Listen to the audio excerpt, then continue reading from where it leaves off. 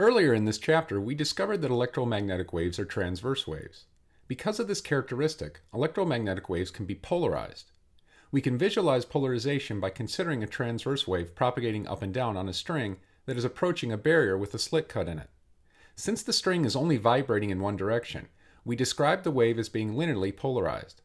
And more specifically, since it's vibrating up and down, we say that it is vertically polarized. If the slit in the barrier is also oriented vertically, along the direction of polarization of the wave, then the wave easily passes right through the slit. However, if the slit in the barrier is oriented horizontally, so that it is perpendicular to the polarization direction of the wave, then the wave is blocked and cannot pass through the slit. For longitudinal waves, such as sound waves, the notion of polarization has no meaning. In a longitudinal wave, the direction of vibration is along the direction of travel, and the orientation of the slit would have no effect on the wave. One simple way to create linearly polarized electromagnetic waves, or light, is to use a straight wire antenna. Electrons vibrating up and down produce a changing electric field that oscillates along the vertical direction only. We assign the polarization direction of the wave to coincide with the orientation of the electric field in the wave. In this case, it would be linearly polarized along the vertical direction.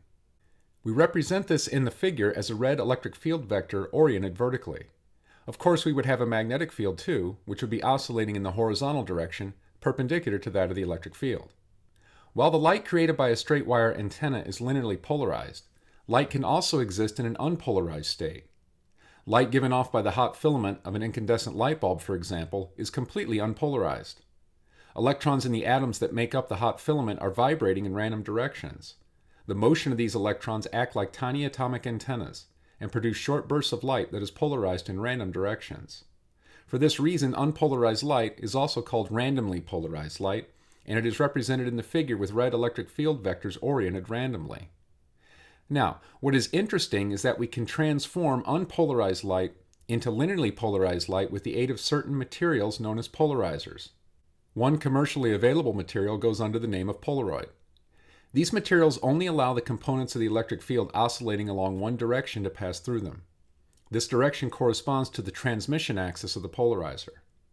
The components of the electric fields that are perpendicular to the transmission axis are absorbed by the polarizer. The transmission axis plays the same role as the slit in the barrier, where we considered the transverse waves vibrating on a string.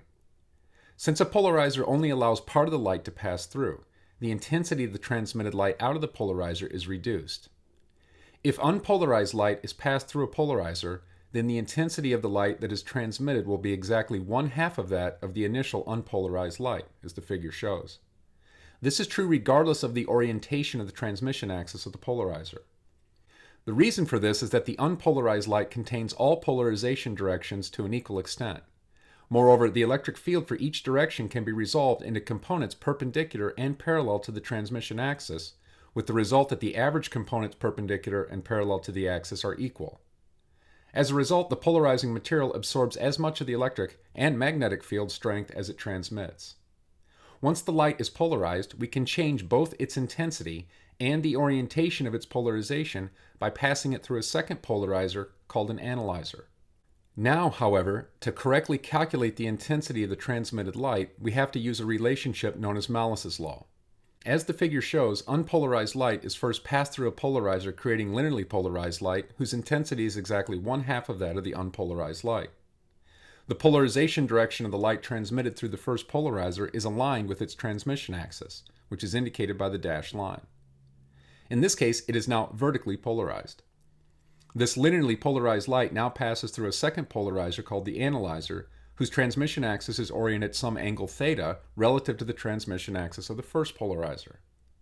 The component of the electric field that passes through the analyzer is parallel to the analyzer's transmission axis, which corresponds to E cos theta.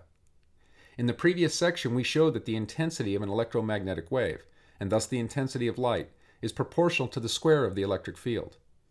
Consequently, the average intensity of the polarized light passing through the analyzer is proportional to cosine squared theta.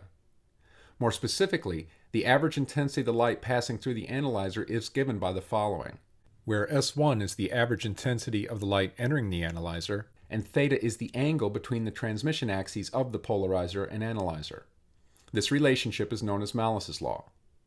Notice that if theta is equal to 90 degrees, the average intensity of the light transmitted through the analyzer is 0. In this situation, the polarizer and analyzer are said to be crossed. The following clip demonstrates the transmission of light through a polarizer and analyzer. The light source on the table produces unpolarized light. If we place a polarizer on top, we see that the intensity of the light is diminished. The light now passing through the polarizer is linearly polarized along the transmission axis of the polarizer, which we have oriented up and down. We now place a second polarizer, called the analyzer, on top of the first one. If we orient the transmission axis so that it is parallel to the transmission axis of the polarizer, which means the angle theta is equal to 0 in Malus's law, then the light passes straight through. However, if we now rotate the analyzer, theta increases from 0, and the intensity of the light passing through is reduced. If we rotate the analyzer by 90 degrees, so that theta is 90, then the polarizers are crossed, and no light gets through. What is interesting is now placing a third polarizer in between the two cross polarizers at some angle between 0 and 90. In that case, you can see, once again, we get transmitted light. We understand this by applying Malus's law twice. First, between the bottom and middle polarizers, and then again between the middle and top polarizers. Polarizers and polarized light are used in many applications. One common one that you might be familiar with is polarized sunglasses. In these type of glasses, the lenses are not only tinted, but they are also polarizers. The lenses have their transmission axes oriented vertically, so that they block horizontally polarized light.